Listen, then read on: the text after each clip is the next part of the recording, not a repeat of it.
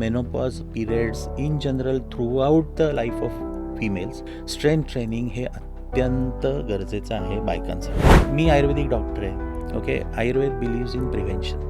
Okay, म्हणजे स्वास्थ्यस्य स्वास्थ्य रक्षण असं त्याचं ध्येय आहे की स्वस्थ माणसाचं स्वास्थ्य टिकून ठेवणं. माझ्याकडे आज जवळपास 26 मुली येतात क्रिकेट खेळतात त्या. ओके, त्याच्यातल्या एक मुलगी आहे ती मुंबई इंडियन्सकडनं खेळते WPLमध्ये, एक मुलगी आहे ती RCBकडनं खेळते. आत्ताच आमच्याकडे IPL खेळणारा एक CSKचा प्लेअर आमच्या एका ब्रांचला जॉईन झाला. काहींसाठी 6 पॅक ॲब्स म्हणजे ते फिटनेस आहे, काहींसाठी weight loss, healthy weight loss म्हणजे फिटनेस आहे. तुमच्या दृष्टीने अशी होलिस्टिक डेफिनेशन काय सांगता येते? मी समजा आज आता 56 आहे, माझा मुलगा 26 आहे, तो अजून समजा त्याला माझे ग्रँडसन्स झाले तर मला त्यांच्याबरोबर खेळता येईल का?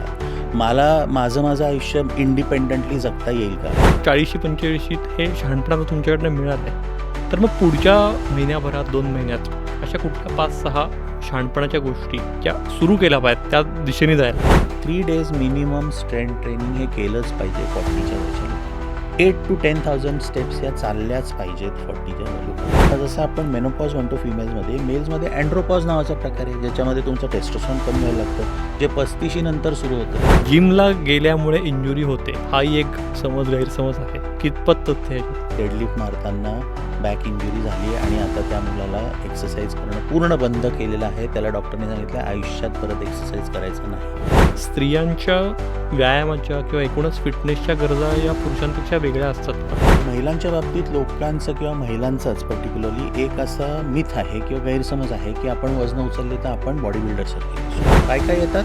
कार्डिओ करतात. ऑलरेडी तुमचा मसल कमी आहे, त्याच्यात तुम्ही कार्डिओ करणार, अजून मसल लॉस करून घेणार. मग हा मसल लॉस कमी झाल्यानंतर 50ला तुमची बॅक एक जॉईंट प्रॉब्लेम्स हे होणार आहेत तुम्हाला. जेवढी लोक येणार नाहीत ना त्याच्यावर जिम चालते, कारण की आम्ही त्यांना डोनर मेंबर असा शब्द आहे कम्युनिटीमध्ये आमच्या, की डोनर मेंबर्सवरती जिम चालते. डेफिसिट आणि बर्न हा जो आहे तो काउंट करून तुम्हाला सांगतील की असा तुमचा फॅट लॉस वेट लॉस होईल. मॅथमॅटिकली हे एकदम परफेक्ट आहे, थिअरॉटिकली पण परफेक्ट आहे, पण असे रिझल्ट मिळत नाहीत.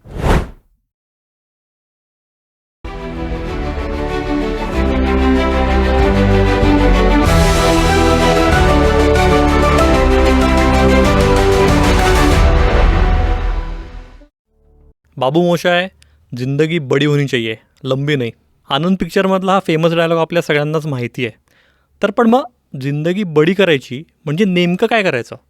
म्हणजे बघा ना, जिम, फिटनेस, न्यूट्रिशन, डाएट हे सगळे शब्द, हे सगळे कीवर्ड्स एव्हा आपल्या सगळ्यांच्या खूप ओळखीचे झालेत, परिचयाचे झालेत. पण दुसरीकडे माहितीच्या विस्फोटामुळे फिटनेसविषयी अनेक शंका कुशंका गैरसमज तितकेच आहेत, विशेषतः जिमविषयी. जिम म्हणलं की अनेकांच्या मनात नकारात्मक भावनाच येतात. त्याच्यामागे काही कारणं असतील, काही अनुभव असतील मागचे, पण जिम सोडून काही सांगा असं अनेकांचं म्हणणं असतं. तर नेमकी वस्तुस्थिती काय आहे? जिम आणि स्ट्रेंथ ट्रेनिंग हे किती महत्त्वाचं आहे, गरजेचं आहे का? ते टाळून पण आपण आपलं व्यायाम करू शकतो, फिट होऊ शकतो. विशेषतः 40-50 नंतर फिटनेस जर राखायचा तर जिमला जायला पाहिजे, नाही जायला पाहिजे. तर या सगळ्या जे काही तुमच्या मनातले जे काही प्रश्न आहेत, शंका कुशंका आहेत, आणि त्यात आणखी एक महत्त्वाचा मुद्दा जो आपल्या सगळ्यांच्या जिव्हाळ्यात आहे तो म्हणजे वेट लॉस. वेट लॉस जर करायचं आहे तर मग जिम करावं, नाही करावं, तर या सगळ्या विषयांवर, मुद्द्यांवर या भागात आपण सविस्तर चर्चा करणार आहोत. विषय खरंच खूप महत्त्वाचा आहे, शेवटपर्यंत नक्की बघा. नमस्कार, देहवान पॉडकास्टमध्ये मी निरंजन मेढेकर तुमचं मनापासून स्वागत करतो. आणि आज आपल्यासोबत एक खास गेस्ट आहेत. आपण स्वागत करूया डॉक्टर मनीष पटवर्धन यांचा. नमस्कार. डॉक्टर मनीष यांच्याविषयी सांगायचं तर त्यांचा फिट रेंजर आहे, त्यांची जिमची चेन आहे आणि पुण्यात आज त्यांच्या 4 ब्रँचेस आहेत. आणि आणखी एक इंटरेस्टिंग गोष्ट म्हणजे ते मुळात आयुर्वेदिक डॉक्टर आहेत. त्यामुळे आयुर्वेद आणि मॉडर्न फिटनेस सायन्स यांचा मेळ घालून त्यांनी स्वतःचा हा जिम चेन त्यांनी डेव्हलप केलेली आहे. गेल्या 8 वर्षांपासून ते चालवत आहेत आणि त्याच्यामुळे या गप्पा खरंच खूप इंटरेस्टिंग होणार आहेत. हो, नक्कीच. म्हणजे डॉक्टर तुम्ही आलात तेव्हा तुम्ही म्हटलात की तुमचं वय 56 आहे. हो, ते ऐकूनच मला पहिला धक्का. तुम्ही खरंच वाटत नाही की तुम्ही मिड 50s आहात. काय नेमकं सिक्रेट आहे तुमच्या फिटनेसचं? निरंजन, कसं माहिती आहे का, हा प्रश्न मला ना सारखा प्रत्येक वेळी विचारला जातो की तुमचं एज किती आहे, आणि मग 56 सांगितलं की असा एक आश्चर्याचा धक्का. माझ्या जिममधले जे 20-21 वर्षाची मुलं आहेत ती माझ्याबरोबर फोटो काढतात का, तर मला माझ्या बाबांना दाखवायचं आहे असं ते आहे थोडंसं. आता ह्याचं गंमत अशी आहे की मी ना आयुष्यभर माझ्या मेन आयुष्यात मी खूप बारीक होतो कंटिन्युअस, म्हणजे I was like an ectomorph, म्हणजे खूप खायचं पण अंगी लागत नाही म्हणतात ना, तसं होतं. म्हणजे माझं लग्न झालं तेव्हासुद्धा I was in my 63-64 weight होतं. बरं. आणि त्याच्यानंतर मग काम सुरू झालं. I started working. I was working in a pharma company. आणि तिथे असं व्हायचं की आता पहिलं करिअर आहे, आपल्याला काहीतरी करायचं आहे आयुष्यात. सो खूप डबल शिफ्ट करायचो, 12-12, 13-13 तास. मग काय इकडची बिर्याणी मागव, तिकडचे पोहे मागव, असं सगळं चालायचं. आणि त्याच्यात मला कळेपर्यंत 4-1 वर्षात I gained from 63 to close to about 85-90च्या आसपास मी झालो असेल. बरं. आणि हे झाल्यावर मी क्रिकेट चांगलं खेळायचो, म्हणजे मी कॉलेज खेळलो वगैरे, अंडर-16 महाराष्ट्राला सिलेक्शन झालं, असं सगळं होतं. आणि क्रिकेट खेळायला आम्ही कुठेतरी एकदा अलिबागला ट्रिपला गेलो होतो आणि बीचवर क्रिकेट खेळताना वाकायच्या आधी खाली बॉल पायामधनं निघून गेला. दॅट वॉज ते म्हणतात ना, एक काहीतरी इग्निशन लागतं, तसं ते होतं त्या दिवशी. आणि दुसऱ्या दिवशी मी जाऊन जिम जॉईन केलं. बरं. आणि आज आता मी प्रोबेबली 24-25 वर्ष झाले असतील मी जिम करतोय रेग्युलरली. काय सांगता, 25 वर्ष तुम्ही रेग्युलरली जिम? रेग्युलरली करतो, म्हणजे मी 4 दिवस, 5 दिवस टू अप टू 7 डेज हे मी नक्की करतो. त्यामुळे सिक्रेट असं म्हणशील ना काही, तर सिक्रेट एकच आहे, कन्सिस्टन्सी. बरं. म्हणजे करत राहायला लागतं ते. आता मी सुरुवातीला जेव्हा करत होतो ना, तेव्हा माझं अंडरस्टँडिंग फिटनेसचं वेगळं होतं. म्हणजे माझं तेव्हा फॅट पर्सेंट थोडं जास्त असायचं वगैरे. मग नंतर थोडं वाचायला लागलो मी अजून. मग वाचायला लागल्यावर मला लक्षात आलं की असं नाही, फॅट पर्सेंट पण कंट्रोलमध्ये पाहिजे. मग मी माझे workout style, so you keep on changing your goals. आणि end of the day I feel it's a competition against yourself, की तुम्ही काल होतात त्याच्यापेक्षा जास्त अजून बेटर कसे व्हाल दुसऱ्या दिवशी किंवा इन अ इयर. असं काहीतरी तुमचे छोटे छोटे गोल्स ठेवून जर केलं ना, तर मग ती कन्सिस्टन्सी अचीव होते. And I think I have been doing that. आणि fortunately I have a partner, my wife, she also eats the same food I eat. त्यामुळे घरी प्रॉब्लेम नसतो की ते वेगळं माझं वेगळं. So we eat quite healthy clean food. I travel a lot. I paint, I sing. So hobbies खूप आहेत. त्यामुळे हे सगळं I think that is what is keeping me going, आणि that is what is showing on my body, I think. Best. म्हणजे आता तुम्ही 25 वर्ष सलग जिम करताय म्हणताय, तर मग तुमच्या दृष्टीने फिटनेसची व्याख्या असं जर आपण काही करायची म्हणली, कारण प्रत्येकासाठी ती वेगळी असते. काहींसाठी 6 पॅक ॲब्स म्हणजे ते फिटनेस आहे, काहींसाठी weight loss, healthy weight loss म्हणजे फिटनेस आहे. तुमच्या दृष्टीने अशी होलिस्टिक डेफिनेशन काय सांगता येईल? सो आता कसं आहे ते का, म्हणजे मी सुद्धा माझा जर्नी जेव्हा बघतो ना, तेव्हा माझ्या दृष्टीने सुद्धा फिटनेस हे चेंज होत गेलं आहे. ओके, म्हणजे मी सुरुवातीला केक जॉईन केलं ते आता आपण जाड झालो आहे, बारीक व्हायला पाहिजे. मग बारीक झालं म्हणजे एक वेट लॉस केल्यानंतर आता आपलं जरा एस्थेटिकली आपण चांगलं दिसायला पाहिजे. मग ते सुरू झालं. मग ते सुरू झाल्यावर आता जेव्हा मी बघतो आफ्टर 50, कारण what I also observed is की एज वाईज आहे ना, तुमच्या कपॅसिटीत वर्कआउटचा फरक पडत जातो, तुमची रिकव्हरी चेंज होत जाते. आणि हे सगळं होत असताना यू स्टार्ट देन इंट्रोस्पेक्टिंग, रेट्रोस्पेक्टिंग, की मी तेव्हा असं करायचो, आता मला ते करता येत नाही, तर मी काय चेंज केलं पाहिजे. या दृष्टीने चेंज करत now I have come to a realization की फिटनेस हा बेसिकली वेलनेसच्या दृष्टीने बघणं जास्त गरजेचं आहे. की बुवा मी समजा आज आता 56 आहे, माझा मुलगा 26 आहे, तो अजून समजा त्याला माझे ग्रँडसन्स झाले, तर मला त्यांच्याबरोबर खेळता येईल का, मला माझं आयुष्य इंडिपेंडंटली जगता येईल का, मला ट्रॅव्हल करता येईल का, मला माझ्या हॉबीज करता येतील का, मला असा वर्कआउट 65-70पर्यंत करता येईल का. So I think that is what according to me is fitness, की फिजिकली स्ट्रॉंग राहणं, एक मेंटली स्ट्रॉंग असणं, आणि तुमची इंडिपेंडंट ॲक्टिव्हिटी करण्याची क्षमता जितके दिवस तुम्ही लांबवू शकाल, that is what is critical I think.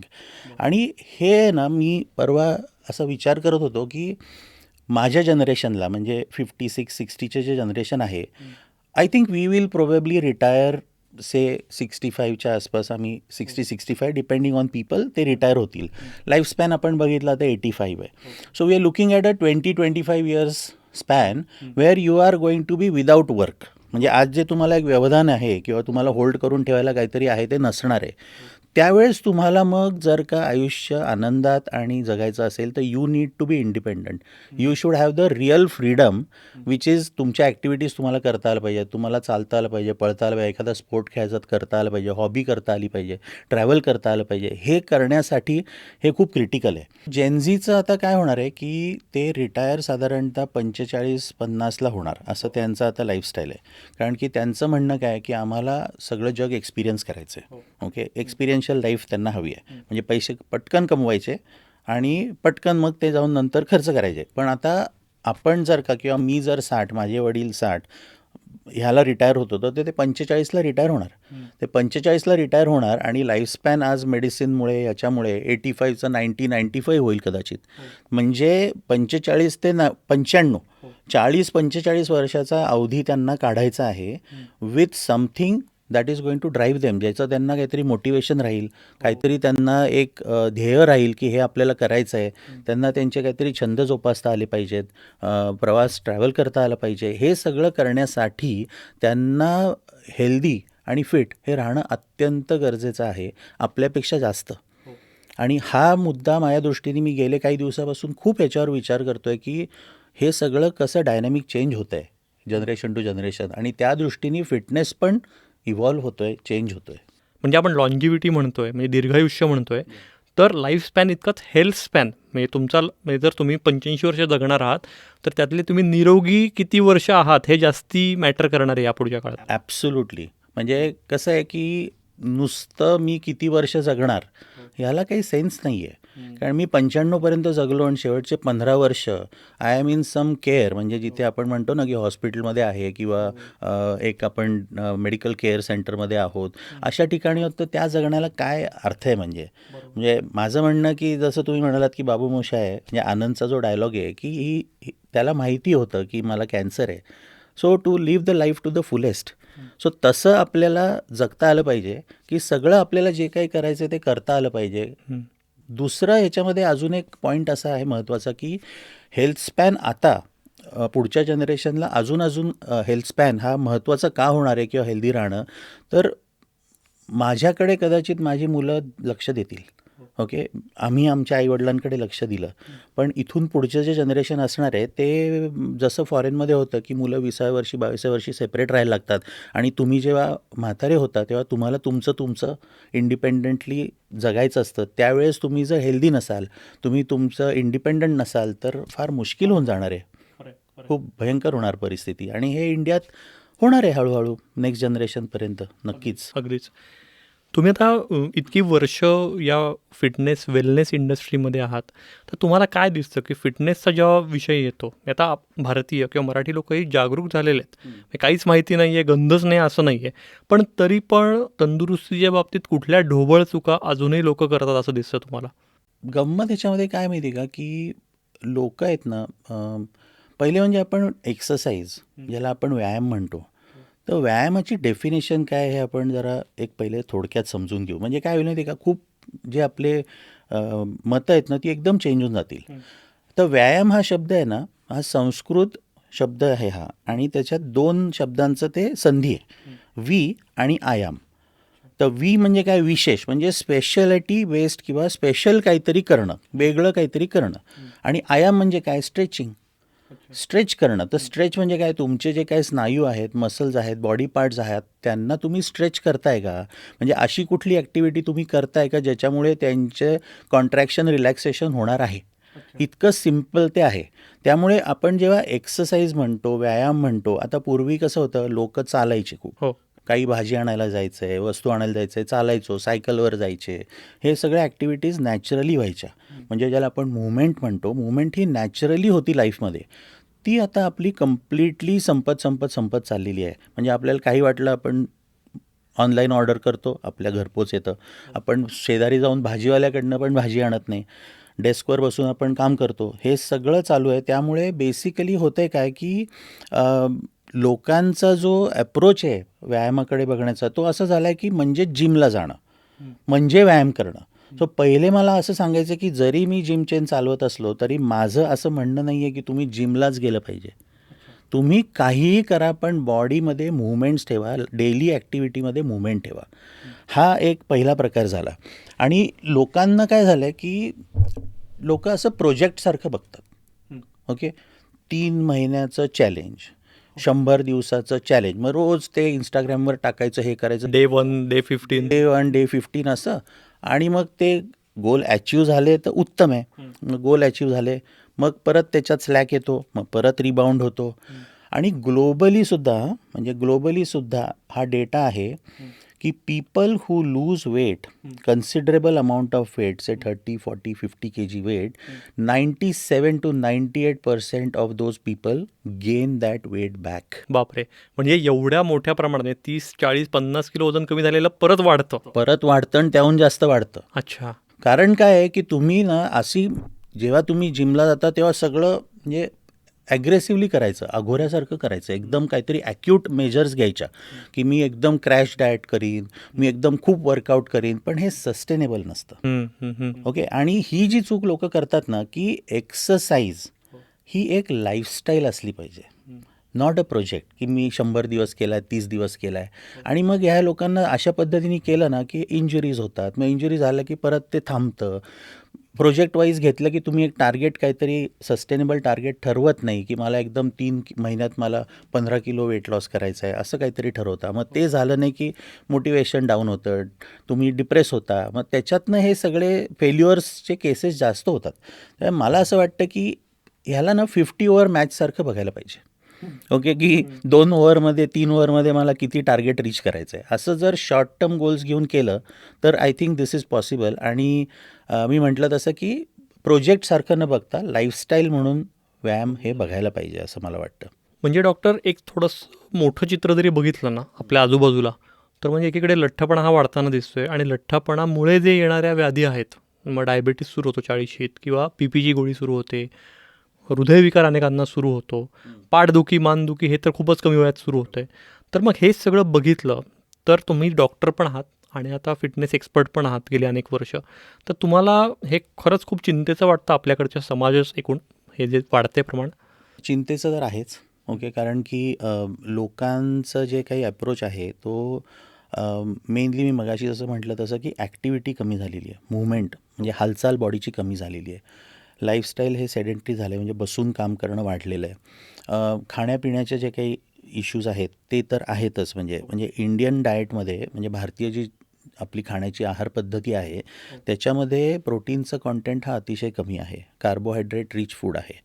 Plus आपल्याकडे आता कसं झालं आहे की ओव्हरऑल जर बघायला गेलं तर हे ऑनलाईन ॲप्स ह्याच्यामुळे ऑर्डरिंगची हे वाढलेली आहे खूप.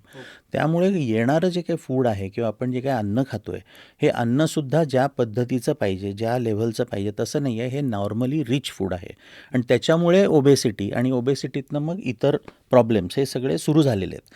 आता हे सुरू झाल्यानंतर लोकांचं काय आहे की ह्याच्यावरती सोल्युशन काय, हे जर म्हटलं तर मग ते काय करतात, जिमला येतात. ओके, जिमला येतात आणि ओनस तुमच्यावर देऊन टाकतात की आता तुम्ही आम्हाला ह्याच्यातनं बाहेर काढा. पण स्वतः एफर्ट त्याच्यावरती घ्यायची लोकांची तयारी खूप कमी असतं. त्यांना असं वाटतं 1 तास जिमला आलं की नंतर आपल्याला रिझल्ट आले पाहिजेत, पण 23 तास तुम्ही इतर वेळेस काय करताय हे खूप क्रिटिकल आहे ना.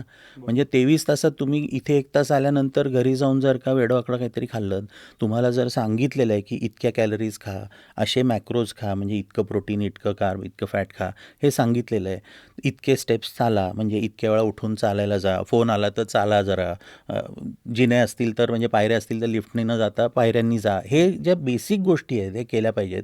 ह्या जर तुम्ही करत नसाल तर 23 तासात तुम्ही 1 तास जे काही केलेले त्याच्यावरती पूर्ण बोळा फिरणार आहे इव्हेंच्युअली. आणि मग तो ब्लेम सगळा जिमवर येत राहतो. किंवा त्यात असा एक मुद्दा येतो की जिम करत होतो मी, तर जिम सोडलं म्हणून माझं वजन वाढलं. होतं ना तसं, कारण जिम जेव्हा करत होता तेव्हा एक कुठेतरी अकाउंटेबिलिटी होती ना की मी 1 तास तिथे घासली आहे तर आता बाबा मला थोडंसं इथे येऊन नीट खायला पाहिजे, थोडं चालायला पाहिजे. पण ते सोडलं की देन बिंज इटिंग चालू होतं, इमोशनल इटिंग चालू होतं. मग त्यावेळेस तुम्हाला कंट्रोल राहत नाही. मग हे कंट्रोल न राहिल्यामुळे देन वेट वाढत जातं. प्लस मुवमेंट पूर्ण थांबते. जी 1 तासात तुम्ही 350-400 कॅलरी बर्न करत असाल ती पण थांबते आणि त्याच्यामुळे मग तो रिबाउंड जो होतो तो भयंकर असतो मग तो. त्यामुळे हे जिम सोडल्याने होतं असं नाही आहे. तुम्हाला जे एक आपण म्हणतो ना की शिस्तबद्ध जीवनशैली तुम्ही सुरू केलेली होती त्याच्यापासून तुम्ही दूर गेलात, त्याच्यामुळे ते घडतंय बेसिकली. हा त्यातला अगदी साधा म्हणजे हे गणित आहे. थोडंसं आपण जिमकडे जर आलो ना, तर असं कुठेतरी जाणवतं की काही जण हे अगदी प्रो असतात की त्यांना सवय लागलेली असते, एक भाग झालेला असतो.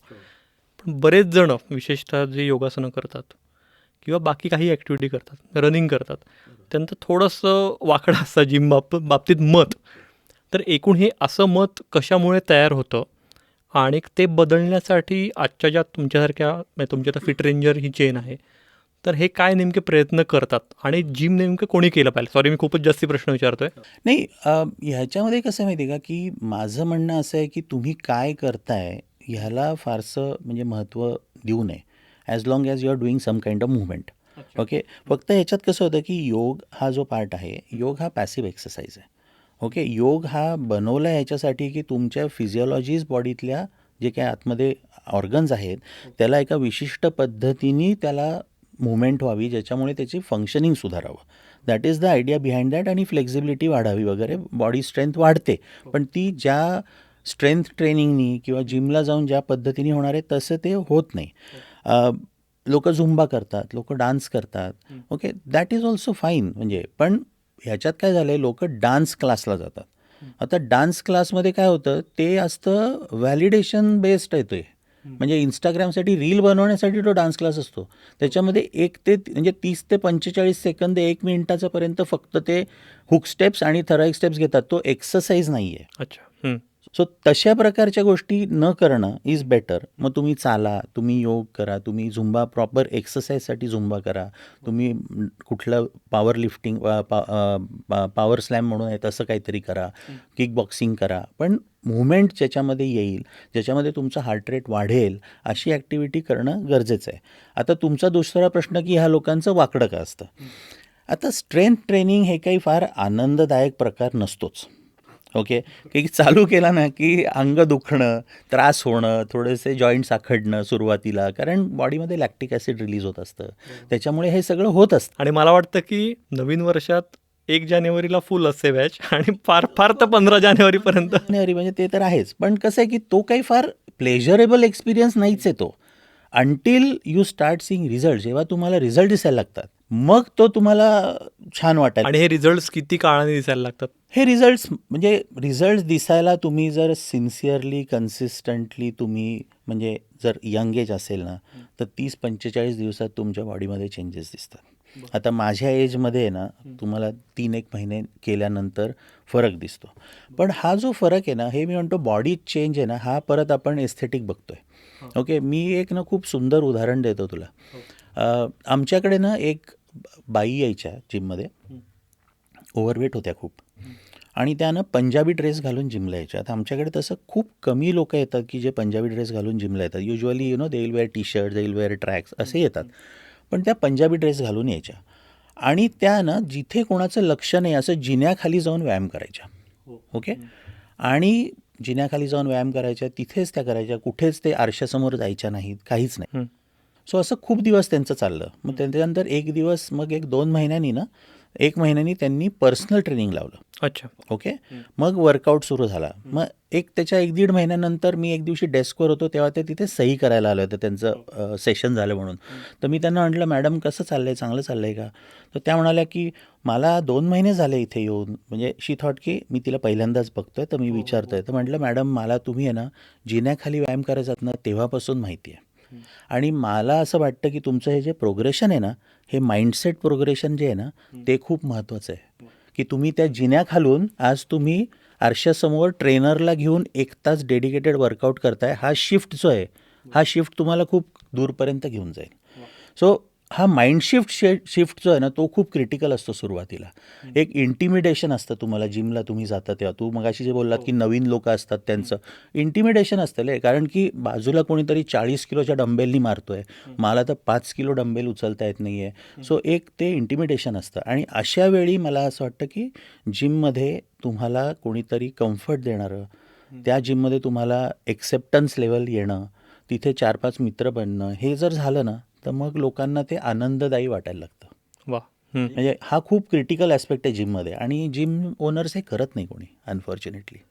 म्हणजे जिम हे चालतंच कमी येणाऱ्या, जेवढी लोक येणार नाहीत ना त्याच्यावर जिम चालतं. हो, हा खूपच वेगळा मुद्दा आहे. मोठा आहे म्हणजे हा, कारण की आम्ही त्यांना डोनर मेंबर असा शब्द आहे कम्युनिटीमध्ये आमच्या, की डोनर मेंबर्सवरती जिम चालतं. हे डोनर मेंबर जसं तू म्हणाल तसं ना, जानेवारीमध्ये पैसे भरतात, 15-20 दिवस येतात, गायब होतात, पुढच्या वर्षी परत पैसे भरतात. ओके, त्यातले अनेक असे असतात की जिम आयुष्यभर परत सोडून देतात, कारण पैसे वाया गेलेले असतात. हो हो हो. सो हा जो ॲस्पेक्ट आहे ना पैसे वाया जाण्याचा, ह्याच्यामुळे लोक जिम सोडतात. बर. इंडियाचं पॉप्युलेशनच्या फक्त 1% लोक जिमला जातात. बापरे. सो दॅट टेल्स यू की आपण जे म्हणतो ना फिटनेस अवेअरनेस आलाय, आपण खूप मागे आहोत अजून युरोपियन आणि अमेरिकन देशांपेक्षा, कारण फक्त 1% लोक जातात जिम. बर. आणि आपल्याकडे कपॅसिटी नाही आहे, जर 2%, 3% जायला लागलं तर जिममध्ये जागा पुरणार नाही आपल्याला, अशी पण परिस्थिती होईल. पण आज एवढीच म्हणजे अवेअरनेस एवढाच आहे 1%चा. बर. आणि हे अवेअरनेससुद्धा जो आहे तो का नाही आहे, कारण की मेन आहे ना इंटिमिडेशन. नवीन माणसाला गेल्यानंतर तिथे जिममध्ये इंटिमिडेटेड वाटतं. तिथे त्याला सांगायला लोक नसतात की बघ कसा व्यायाम करायचा. किंवा ट्रेनर पण खूप लोकांमध्ये मिळून एखादाच असतो. ट्रेनर कमी असतात, ट्रेनर पीटीच्या मागे असतात, त्यांना पर्सनल ट्रेनिंग घ्यायचं असतं, कारण ट्रेनरला पगार कमी असतो. मग ऑब्व्हियसली तो म्हणणार मी पर्सनल ट्रेनिंग घेतो. हे सगळ्या गोष्टी असतात, आणि ज्याच्यामुळे तो मेंबर अनकम्फर्टेबल झाला की तो सोडून देतो ते जिम. त्यामुळे मेंबरला कम्फर्टेबल करणं हे खूप क्रिटिकल ॲस्पेक्ट आहे जिममध्ये ते, आणि तो पुढे जाऊन आहे ना हे खूप इम्पॉर्टंट असणार आहे, कारण की नवीन मेंबर तुम्ही कुठून आणत राहणार सारखे जिम्समध्ये. तुम्ही जर का आहेत त्या माणसाला ठेवू नाही शकलात तर खूप डिफिकल्ट आहे. आणि हा जो माणूस असतो ना, जसं मी आता ह्या मॅडम म्हटल्या, ह्या प्रकारच्या माणसाला जर तुम्ही कम्फर्टेबल केलं ना, तो अजून 10-15 लोक घेऊन येतो, कारण त्याला त्याच्यासारखी अजून 10-15 लोक नक्की माहिती असतात. आणि हा खूप इम्पॉर्टंट ॲस्पेक्ट आहे जिममध्ये, की हे लोकांना जिम ओनर्स करत नाहीत. एकदा मेंबरशिप दिली की डायरेक्ट रिन्युअलला परत त्यांना आठवण येते, मध्ये कोणीही आठवत नाही, कोणालाही कॉल जात नाही, येत नसेल तर ते फॉलोअप करत नाहीत, काही करत नाहीत. हे सगळं होणं गरजेचं आहे, हे जाणवतं तुमच्या ह्याच्यात. हे सगळं होणं गरजेचं आहे, आणि हे सगळं आम्ही सुरू केलेलं आहे आमच्या इथे. आता डॉक्टर समजा आपला प्रेक्षक वर्ग बघितला देहवानचा, तर तो साधारण 30 ते 65 या वयोगटातला आहे. तर या वयोगटाचा विचार केला, स्त्री पुरुष दोन्ही, तर कोणी नेमकं जिमची आवश्यकता कोणाला आहे, कोणाला नाही आहे. आणि दुसरं म्हणजे जर आता जिम लावायचं म्हणलं तर काय धोके तेही तुम्ही सांगितलं, की लगेच सुटतं का, अंगदुखे, तर मग पूर्वतयारी काय केली पाहिजे जिम जॉईन करायच्या आधी? जिम जॉईन करायच्या आधी पूर्वतयारी अशी काही नाही आहे, पण कसं आहे की जिमला जाल जेव्हा ना तुम्ही, तेव्हा एक नक्की बघायला पाहिजे की तुम्ही जिमला जाल तिथे तुमची काळजी घेतली जाणार आहे. कारण की काय आहे की जिममधून जो ड्रॉपआउटचा जो ड्युरेशन आहे ना, ते it is between 7 to 14 days of joining. बापरे, म्हणजे लावली की 7 ते 14 दिवसात मॅक्सिमम लोक जे येणार नसतात ना ते जिम सोडतात. हो. सो हे पहिले खूप क्रिटिकल दिवस असतात. म्हणजे आम्ही काय केलं आहे की आम्ही आमच्या इथे ना पहिले 15 दिवस लोक आल्यानंतर आम्ही त्यांना हे करतो, गिफ्ट देतो, त्यांना ॲप्रिशिएट करतो, कारण तिथे तो पहिला टप्पा आहे. तो क्रॉस केला की पुढचा जर्नी इझी आहे. मग 3 महिने, 100 दिवस झाले, 100 दिवस झाले की इट इज फर्दर इझी. आणि एक आपल्याकडे म्हणतातच ना की कुठलीही गोष्ट तुम्हाला हॅबिट बनवायची असेल तर एक 90 दिवस तुम्ही ती केली पाहिजे, 3 महिने. सो तसं एकदा झालं की then the person is comfortable. त्यामुळे जिम जॉईन करण्याची पूर्वतयारी काही नाही आहे, पण जिम जॉईन करताना अनरिअलिस्टिक एक्सपेक्टेशन्स ठेवून जॉईन करू नका. हे सगळ्यात क्रिटिकल आहे. हो. म्हणजे योगमध्ये जसं म्हणतात ना, आज आपल्याला जेवढं जमतंय तेवढंच करा, आपली शेजारच्या बरोबर कॉम्पिटिशन नाही. हे अगदी योगमध्ये सांगितलेलं आहे स्पष्ट. सेम तुम्ही इथे सुद्धा अप्लाय करायला हरकत नाही, की तो 40 मारतोय म्हणून मी इगो लिफ्टिंग करून काहीतरी करायला जायचं, इंजुरी करून घ्यायची नाही. आज आपल्याला जेवढं जमतंय तेवढं करा, तुमचं प्रोग्रेशन होणारच आहे. पुढचे प्रश्न मला तुमच्या उत्तरांमधूनच मिळतात. म्हणजे इंजुरीचा मुद्दा म्हणलात तुम्ही, हो, की जिमला गेल्यामुळे इंजुरी होते, हाही एक गैरसमज आहे. कितपत तथ्य ह्याच्यात? आता ह्याच्यामध्ये खूप महत्त्वाचा इश्यू असा आहे की आपण एज वाईज बघूया. ओके, आणि हे मी ना खूप लोकांना नेहमी सांगतो की वर्कआउट हा सस्टेनेबल असला पाहिजे. म्हणजे काय, तर मला 60व्या वर्षापर्यंत वर्कआउट करायचं आहे हे ध्येय ठेवून तुम्ही वर्कआउट करा. आता यंगर जनरेशन जे आहे ना, ते इगो लिफ्टिंग खूप करतात. ओके, म्हणजे आपल्या कपॅसिटीच्या पेक्षा जास्त वजनं उचलायची. एक नवीन कॉन्सेप्ट सुरू झाला आहे, ओके, की ज्याला PR म्हणतात, पर्सनल रेकॉर्ड. ओके, मग दर आठवड्याला पर्सनल रेकॉर्ड बनवायचं. असं कुठल्या खेळात असतं रे, दर आठवड्याला पर्सनल रेकॉर्ड बनवले जातात.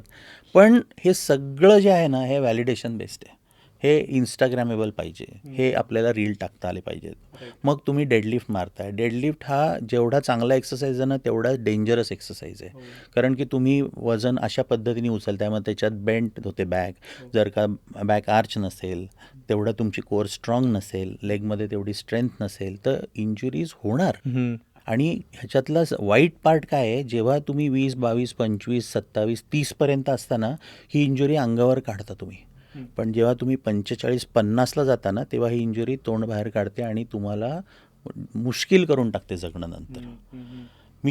मी बघितले आहेत, मी डॉक्टरांकडे, फिजिओजकडे वगैरे गेलेलं असताना तिथे डेडलिफ्ट मारताना बॅक इंजुरी झाली आहे आणि आता त्या मुलाला एक्सरसाइज करणं पूर्ण बंद केलेलं आहे. त्याला डॉक्टरने सांगितलं आयुष्यात परत एक्सरसाइज करायचा नाही, अशी परिस्थिती झालेली आहे. सो इंजुरी हे होण्याचं कारण एकमेव असतं, आपल्या शक्तीपेक्षा जास्त वजन मारायला जाणं. ओके, व्हॅलिडेशनसाठी असेल, काही असेल, किंवा मित्र म्हणतायत म्हणून, किंवा इगो लिफ्टिंग म्हणून हा एक प्रकार. आणि फॉर्म आणि टेक्निक माहिती नसणं, हे दोनच रिझन्स आहेत. आणि फॉर्म आणि टेक्निकचं पण मी बघतो काय होतं आजकाल ना, व्हिडिओ बघून एक्सरसाइजेस लोक करतात. हो, म्हणजे कुठल्या तरी बॉडी बिल्डरचे व्हिडिओ बघायचे आणि मग ते येऊन तुम्ही इथे इमिटेट करायला बघायचं. आता तो बॉडी बिल्डर आहे, तो किती वर्ष झाले व्यायाम करतोय, त्याचा फॉर्म थोडासा चुकला तरी त्याला काही फरक पडणार नाही आहे. पण आपला जो चुकला तर आपल्याला लाईफ थ्रेटनिंग इंजुरी पण होऊ शकते. हे लोकांना कळत नाही आणि मग काहीतरी वेड्यासारखं करतात आणि इंजुरी करून घेतात.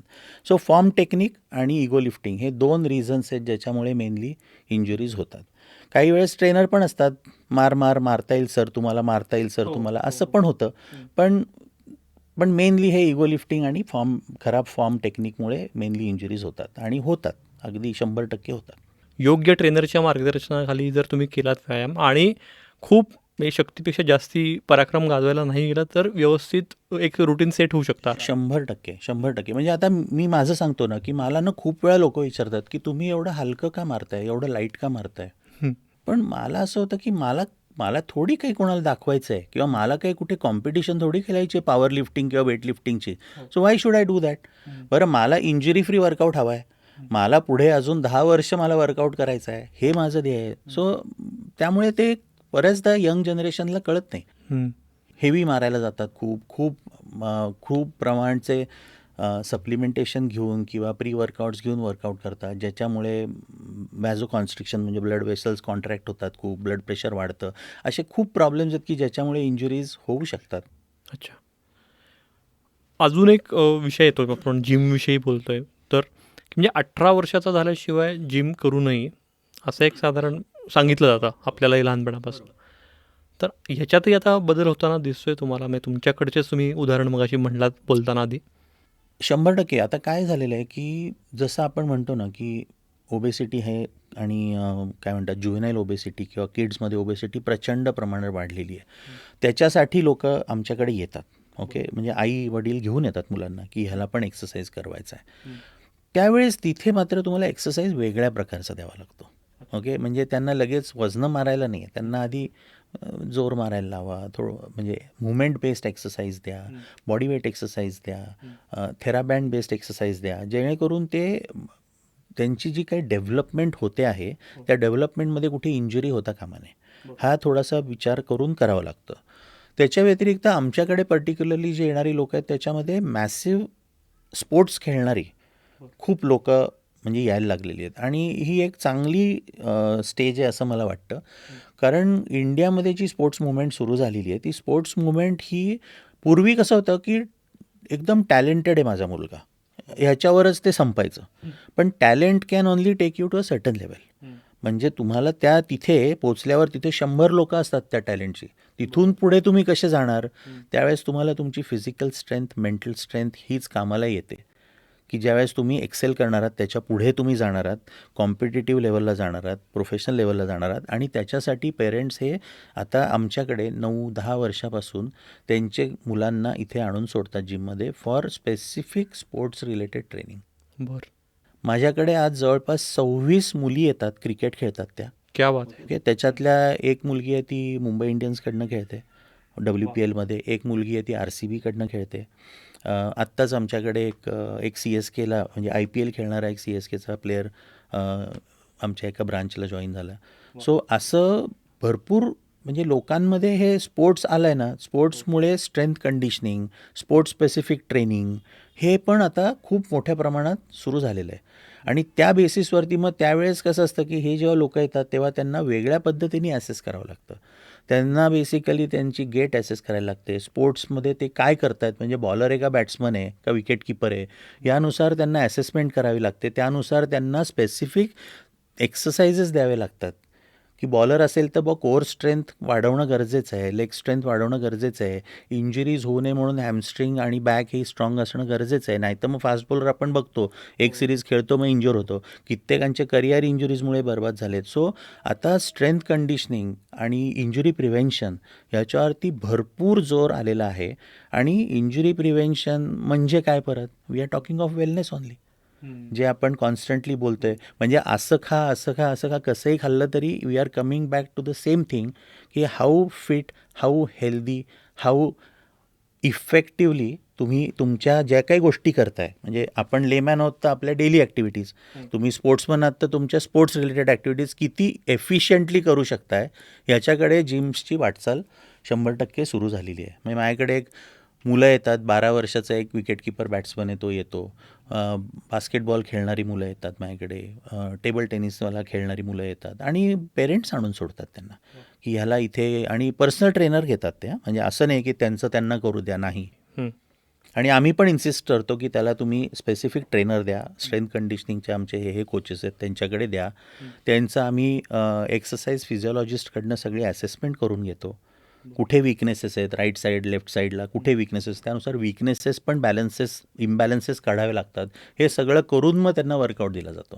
म्हणजे एवढा काय म्हणतात त्याला की एवढा काळजीपूर्वक दृष्टिकोनाने ते केलं जातं. आणि मी असं नाही म्हणत आम्ही करतो, जे लोक स्ट्रेंथ कंडिशनिंग आणि ह्याच्यामध्ये काम करतात नाही, हे एवढ्याच सायंटिफिकली ते केलं जातं.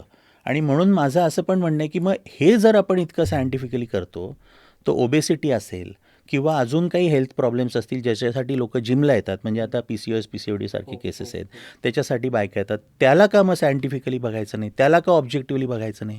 म्हणून आता आम्ही रूटमध्ये लोकांचे ब्लड रिपोर्ट्स, जेनेटिक सॅम्पलिंग म्हणजे न्यूट्रिजेनॉमिक्स बेस सॅम्पलिंग करून घेणार, टेस्टिंग करून घेणार आणि त्या बेसिसवरती आम्ही त्यांना क्युरेटेड प्रोग्राम्स देणार आहोत. आता आपण थोडंसं तुमच्या प्रवासाकडे येऊया, तोही तितकाच इंटरेस्टिंग आहे. म्हणजे तुम्ही स्वतः आयुर्वेदिक डॉक्टर आहात, त्याच्यानंतर तुम्ही फिटनेस आणि वेलनेस इंडस्ट्रीमध्ये आलात आणि आता तुम्ही फिट रेंजर ही तुमची स्वतःचा ब्रँड आहे. तर हा प्रवास सांगता मला थोडक्यात. माझं बेसिक स्कूलिंग नाशिकला झाल्यानंतर मी पुण्याला आलो, गरवारेतनं सायन्स केलं आणि नंतर मी टिळक आयुर्वेदमधून माझं BAMS आणि पुणे युनिव्हर्सिटीतनं मी MD केलं, MD आयुर्वेद. आणि इनिशियली माझा जॉब होता, मी इथे आयुर्वेद रसशाळा म्हणून आहे, तिथे मी प्रोडक्शनला होतो वगैरे. आणि तिथून मग असं झालं की माझं इंग्लिश चांगलं आहे, त्यामुळे कॉन्व्हेंटमधून आलेला आयुर्वेद शिकलेले तेव्हा लोक नसायची फार, म्हणून मला तेव्हा काही फॉरेनर्सना शिकवायला तू शिकवशील का असं मला विचारलं. मी हो म्हणालो आणि मग मी शिकवायला लागलो. सो हे सुरू झालं आणि 98मध्ये मी ऑस्ट्रेलियाला गेलो पहिल्यांदा आयुर्वेद शिकवायला आणि तेव्हापासून अगदी आत्तापर्यंत मी तिथे आयुर्वेद शिकवतो आहे ऑस्ट्रेलियामध्ये. मी आयुर्वेद ऑस्ट्रेलियामध्ये, जपानमध्ये, युरोपमध्ये सगळीकडे भरपूर मी फिरलो. म्हणजे ऑस्ट्रेलिया कमीत कमी 50 वेळा मी गेलो असेल, जपानमध्ये 20 वेळा, स्पेनमध्ये कमीत कमी 30 वेळा. सो खूप मी ट्रॅव्हल केलं आयुर्वेद शिकवायला आणि ते शिकवत होतो. हे असताना त्याच्यानंतर झालं असं की इथे एक जण 5 स्टार हॉटेल बांधत होते आणि त्यांना त्याच्यात स्पा बांधायचा होता. म्हणून त्यांनी मला कॉन्टॅक्ट केला की मला इथे स्पा बनवायचा आहे, तर तू बनवशील का. तर मी म्हटलं मला काही माहीत नाही स्पा म्हणजे काय. म्हणाले तू ते आयुर्वेदिक सेंटर्स टाकतोस ना जगभर, तसंच करायचं आहे असं म्हणून लिटरली त्यांनी मला घोड्यावर बसवलं आणि ते त्याच्यात घातलं.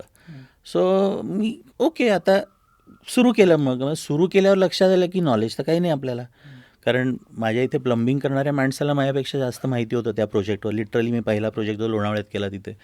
मग मी थायलंडला गेलो, मी एज्युकेशन घेतलं, मी स्पा डेव्हलपमेंट, स्पा मॅनेजमेंटचे कोर्सेस केले. मग परत आलो, मग त्याच्यात काम सुरू केलं. मग खूप चांगले म्हणजे उदयपूरचे महाराजा वगैरे खूप चांगले चांगले लोकांबरोबर काम केली. 300-400 स्पास बनवले.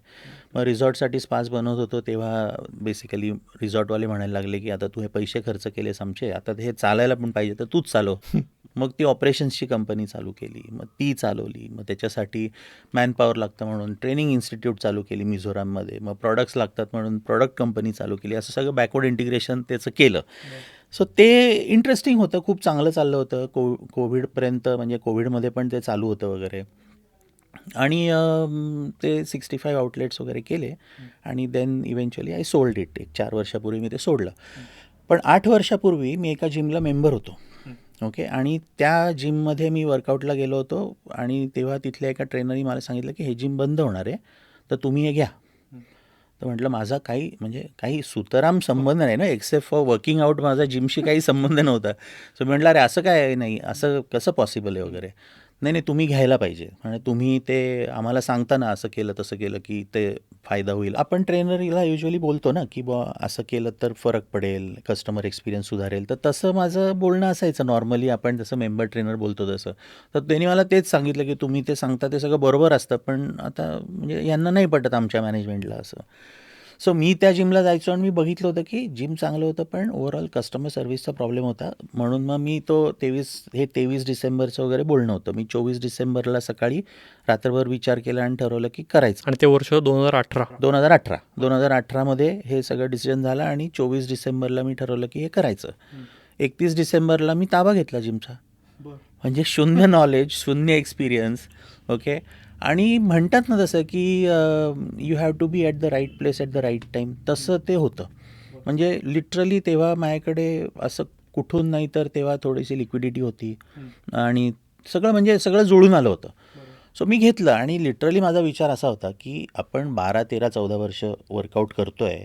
As a client, as a customer आपण प्रॉब्लेम्स फेस करतो आणि ते प्रॉब्लेम आपल्याला माहिती असतात की ज्याच्यामुळे कस्टमर एक्सपिरियन्स हॅम्पर होतो, सर्व्हिस हॅम्पर होते.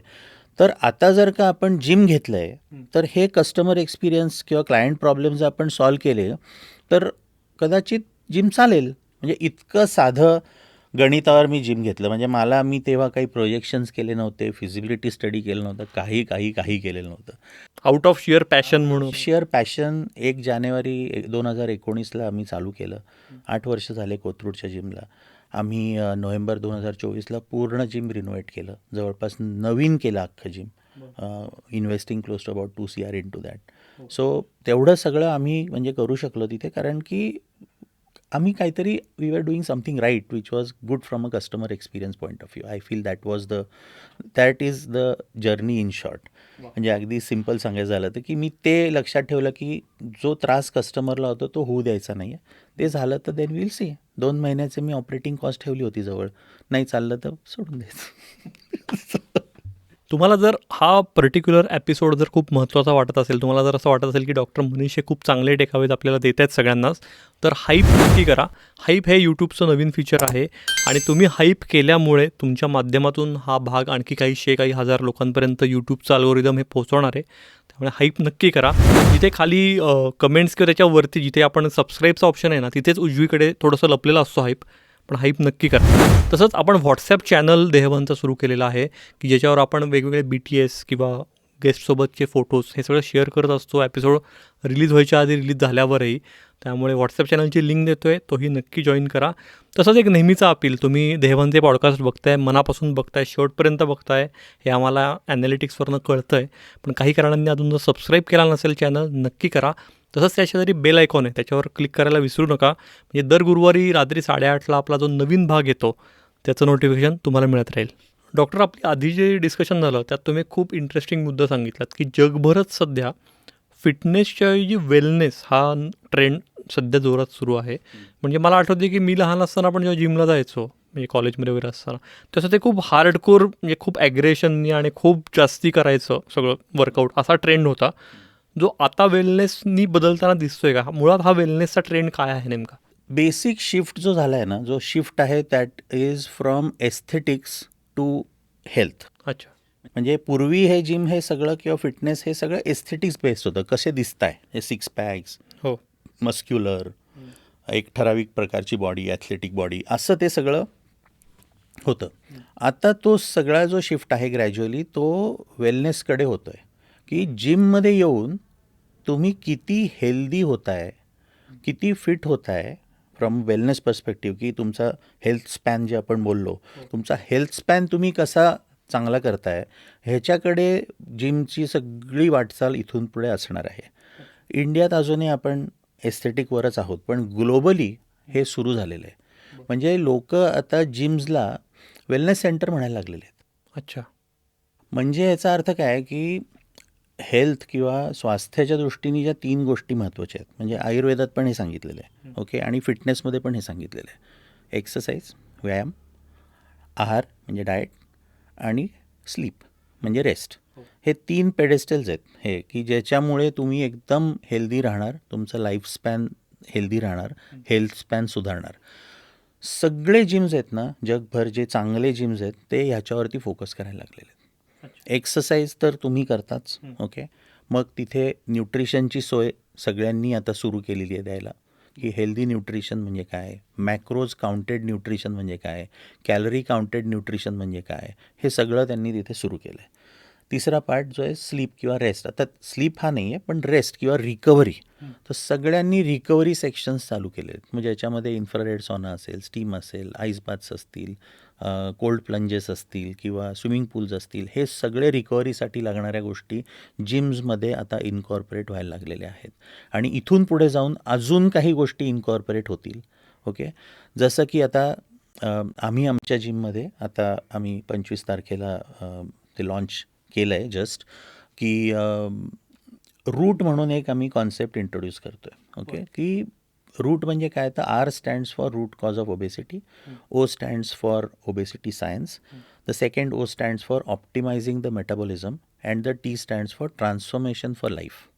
आता मगाशी आपण जे बोलत होतो की लोक वेट लॉससाठी येतात, याच्यात इश्यू कसा आहे की लोक वेट लॉससाठी येतात, सगळ्या जिम्समध्ये लोक वेट लॉससाठी जातात, आणि त्यांचा सक्सेस रेट जिम्सचा एकदम कमी आहे या बाबतीत, ओके. किंवा कुठलाही जिम ओनर छाती ठोकपणे सांगू शकणार नाही की मी अमुक प्रकारच्या लोकांना अमुक रिझल्ट देऊच शकतो, ओके.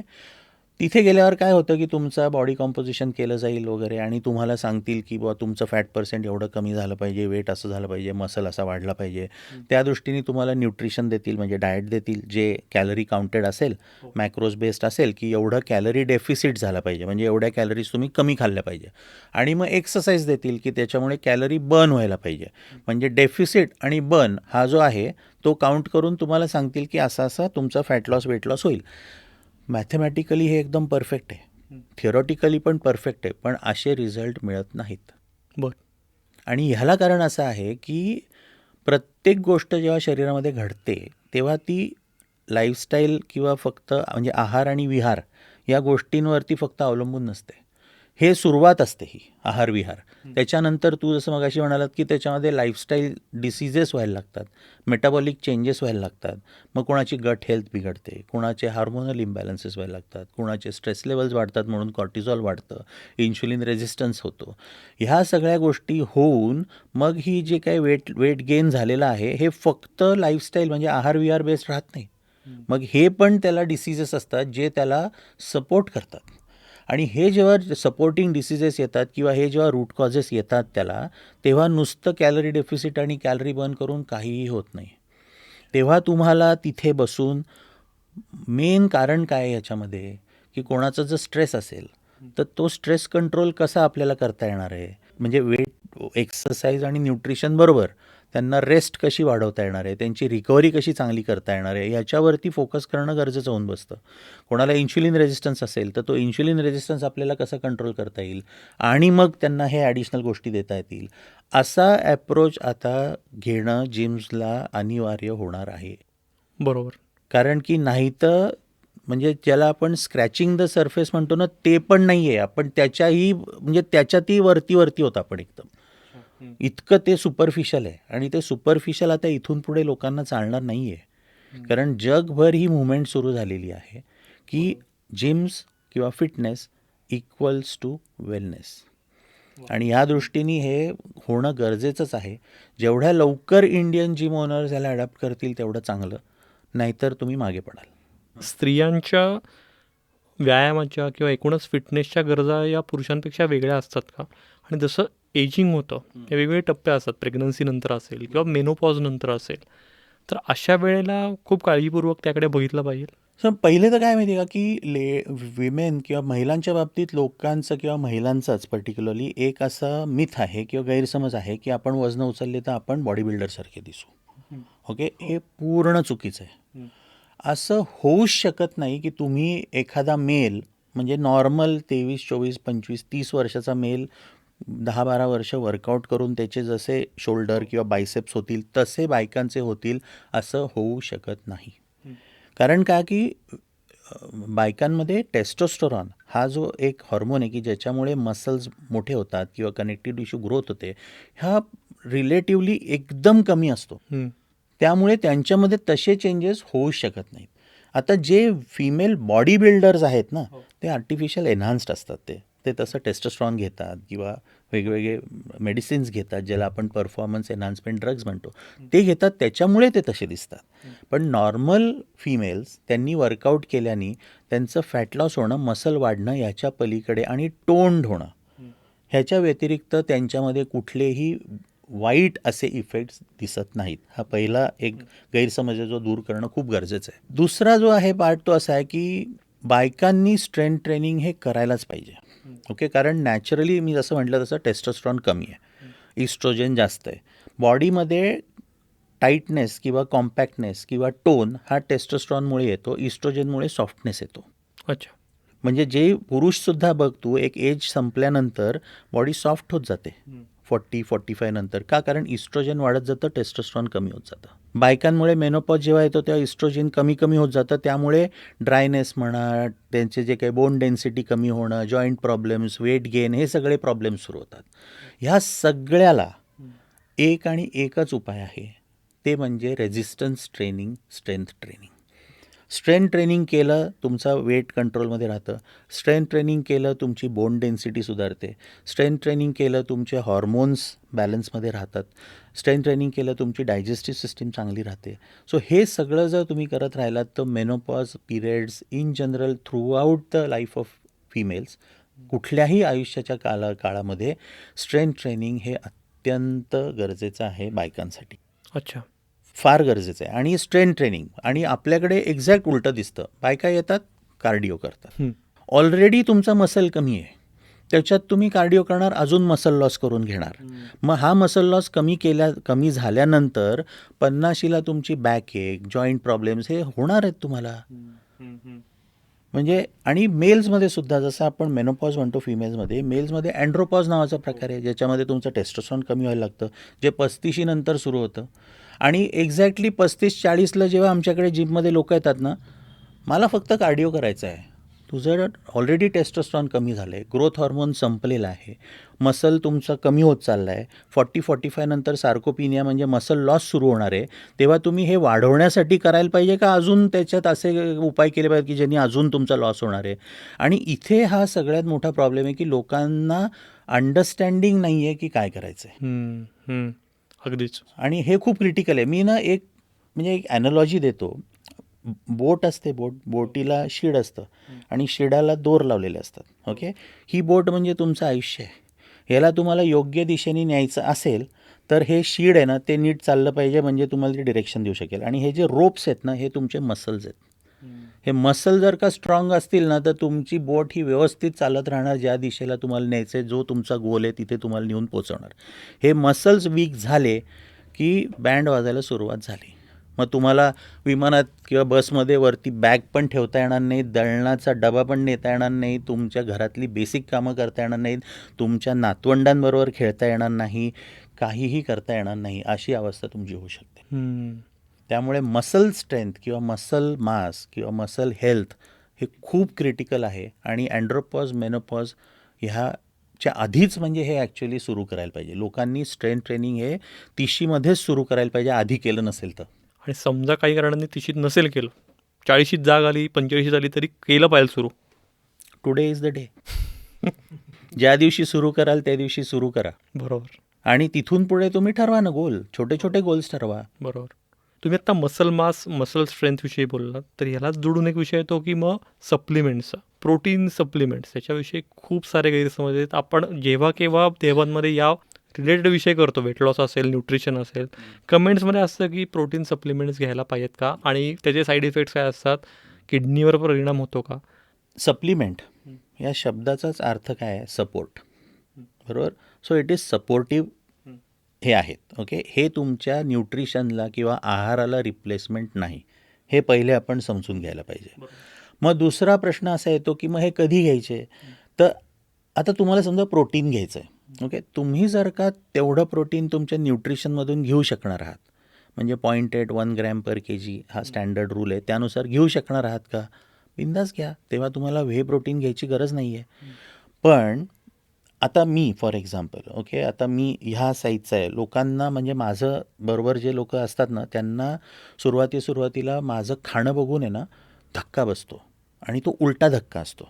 कारण मी इतकं कमी खातो की त्यांना तो विश्वासच बसत नाही की ही एवढ्या साईजची बॉडी मेंटेन कशी होते किंवा एवढा व्यायाम तुम्ही कसा करता. म्हणजे मी एक सकाळी लिटरली माझा एक सकाळी चहा असतो, त्याच्यानंतर एक प्रोटीन शेक असतं, दुपारी मी 100 ग्रॅम राईस आणि त्याच्याबरोबर 150 ग्रॅम चिकन आणि सॅलड, आणि त्याच्यानंतर वर्कआउटनंतर एक प्रोटीन शेक, आणि त्याच्यानंतर रात्री परत राईस आणि एक प्रोटीन. म्हणजे घरी आमच्या रोज नॉनव्हेज बनतं, म्हणजे ब्राह्मण असलं तरी रोज घरी नॉनव्हेज बनतं, त्यामुळे सगळ्या प्रकारचे मीट्स आमच्या घरी बनतात. सो दोन्ही वेळेस मी प्रोटीन खातो, त्याच्यातनं माझं पुरेसं होतं आहे. मग मला वेगळं घेण्याची गरज नाही आहे, पण बिकॉज मी वर्कआउट एक पद्धतीचा करतो म्हणून मी ते 2 स्कूप प्रोटीनचे घेतो. आता नॉर्मल आपलं जर आपण इंडियन फूड बघितलं तर त्याच्यामध्ये प्रोटीन कुठे आहे? म्हणजे लोक संडे टू संडे मटण खातात किंवा चिकन खातात, ते पण आपल्याकडे अर्धा किलो आणून 4 लोकांमध्ये ते खाल्लं जातं, त्याच्यातनं किती प्रोटीन जाणार आहे? चिकन ब्रेस्ट 100 ग्रॅम खाल्ल्यानंतर त्याच्यामध्ये साधारणतः 20-22 ग्रॅम प्रोटीन जातं असं आहे. सो ते इतकं जर का कमी त्याच्यातनं जातं आहे, 30 ग्रॅम प्रोटीन जातं, तेवढं असेल तर तसं खातं आहे का आपण? आपल्याला जर 100 ग्रॅम खायचं तर आपण 300 ग्रॅम चिकन ब्रेस्ट खाऊ शकणार आहोत का? एवढं रोज खाणार आहोत का? प्रत्येक मीलमध्ये खाणार आहोत का? तर पॉसिबल नाही आहे. व्हेजिटेरियन लोकांची तर अजून बोंब आहे, म्हणजे ते प्रोटीन मिळवणार कुठून? तुम्ही पनीर खाल्लं की त्याच्याबरोबर फॅट जातं, हाय कॉन्सन्ट्रेशन ऑफ फॅट, ज्याच्यामुळे तुमचे कॅलरीज खूप वाढतात फट. मग अशा वेळी जर का तुम्हाला न्यूट्रिशनमधून जे जात नाही आहे ते देण्यासाठी सपोर्ट म्हणून जर व्हे प्रोटीन घ्यायचं आहे तर घ्यायला काही हरकत नाही आहे. त्याचा सोर्स असतो. सोर्स काय? व्हे प्रोटीन हे दुधापासून बनतं. त्याच्या व्यतिरिक्त प्लांट बेस्ड प्रोटीन मिळतात. आता ते युजली राईस, पीज म्हणजे मटार ह्याच्यापासून बनतात. इंटरनॅशनली आता त्यांनी प्रोटीन अजून क्रिकेट्स म्हणजे जे रातकिडे आहेत त्याच्यापासून आणि काही प्रकारचे आळ्या यांच्यापासून पण बनवायला सुरुवात केली. ते अजून इंडियात आलेले नाही आहेत, पण ते very high source of protein आहेत आणि FDA अप्रूव्ड प्रॉपर आहेत ते. पण इंडियात आज हे मेनली सोर्सेस आहेत की दूध, मटार, राईस ह्याच्यापासून बनलेले प्रोटीन आज आपल्याकडे मिळतात. ते नॅचरल सोर्सेस आहेत. त्याच्यामध्ये आता कोणीतरी कंपनी ॲडल्ट्रेशन करण्यासाठी, लोकांना फास्ट रिझल्ट येण्यासाठी काही गोष्टी घालत असतील तर तो वेगळा विषय. हो, त्याच्यामुळे साईड इफेक्ट्स होणार. पण तुम्ही जर चांगल्या कंपनीचे, चांगल्या सोर्समधून तुम्ही घेतलं, वेल नोन ब्रँडचे, त्याच्या टेस्ट असतात, त्या टेस्ट सगळ्या बघून घेतल्या तर त्याच्यात काही प्रॉब्लेम येऊ शकत नाही. किडनी डॅमेज होण्यासारखं त्याच्यामध्ये काही नसतं. ज्यांची किडनी खराब आहे त्यांना प्रोटीन घेतल्याने त्रास होऊ शकतो. ओके, जे प्रोटीन एक्सेस क्वांटिटीत घेतलं तर तो किडनीवरती इम्पॅक्ट करू शकतो. पण नॉर्मल लाईफस्टाईलला किंवा नॉर्मल आपल्यासारख्या लोकांना 1 ग्रॅम, 1.2 ग्रॅम, 0.8 ग्रॅम ह्याला काही प्रॉब्लेमच यायचं कारण नाही आहे. असा तो सप्लिमेंटचा विषय आहे. त्याच्या व्यतिरिक्त काही सप्लिमेंट जे आहेत जे आपल्या डाएटमध्ये आपल्याला मिळू शकत नाहीत, असे मायक्रोन्यूट्रियंट्स असतात. म्हणजे व्हायटॅमिन्स, मिनरल्स. म्हणजे आज जर तू बघितलंस ना तर इंडियामध्ये 100पैकी नाही म्हटलं तरी 60-70% लोकांना D3 डेफिशियन्सी आहेच आहे, ज्याच्यामुळे जॉईंट पेन, चालायला त्रास, लिथार्जी, लो एनर्जी हे सगळं आहेच. B12 डेफिशियन्सी आहे. अशा वेळी जर का तुम्हाला मिळत नाही, आपण उन्हातच जात नाही, D3 मिळणार कुठून? मग अशा वेळी तुम्हाला सप्लिमेंटेशन घेणंच गरजेचं आहे, मायक्रोन्यूट्रियंट्सची कमतरता जी आहे ती पुरे करण्यासाठी. आणि जेव्हा आहारातनं तुम्हाला लागणारे प्रोटीन्स किंवा जात नाही आहेत ते मिळवण्यासाठी. That is all. बाकी तुम्हाला आहाराला रिप्लेस नाही करायचं आहे. डॉक्टर मनीष यांनी एक खूप चांगला मुद्दा सांगितला की जर कम्युनिटी असेल तर व्यायाम करायलाही मजा येते, जिमला रेग्युलर जायलाही मजा येते. तर तशीच आपण आपली देहवनची कम्युनिटी ही वाढवतो आहे. म्हणजे ती वाढते तुमच्या सगळ्यांमुळेच. 35,000 सबस्क्रायबरचा टप्पा आपण नुकताच पार केलेला आहे. त्यामुळे जर तुम्हाला असं खरंच वाटत असेल की देहभानमुळे तुमच्या रोजच्या जगण्यात काही व्हॅल्यू ॲडिशन होती आहे, काही महत्त्वाची माहिती, ज्ञान तुम्हाला मिळतं आहे, तसे गेस्ट नवीन आणण्याचा आपण प्रयत्न करत असतो, तर तुम्ही मेंबरशिप घेण्याचा नक्की विचार करा. आपले मेंबरशिप प्लॅन्स हे महिना अवघा ₹59 सुरू होत आहेत. त्यामुळे नक्की विचार करा आणि जर तुम्हाला वाटलं तर मेंबर नक्की व्हा. डॉक्टर, आज कुठलंही ॲप आपण सोशल मीडियावर गेलो ना, तर ह्या 2-3 गोष्टी दिसतात कीवर्ड्स आहे. Detox diet, keto diet, intermittent fasting. तर सामान्यांना यांनी खूप गोंधळ होतो. तर नेमकं डाएट किंवा पाणी पण, हायड्रेशन, थोडं सांगता आम्हाला काय नेमकी पथ्य पाळली पाहिजेत? सोशल मीडियावरती तर कसं झालेलं आहे आता, की थोडंसं काहीतरी नॉलेज आलं की तो डायरेक्ट एक्सपर्ट बनतो. हं. आणि तो without any validation, without any proof, without any factual data लोक तिथे सांगायला लागतात.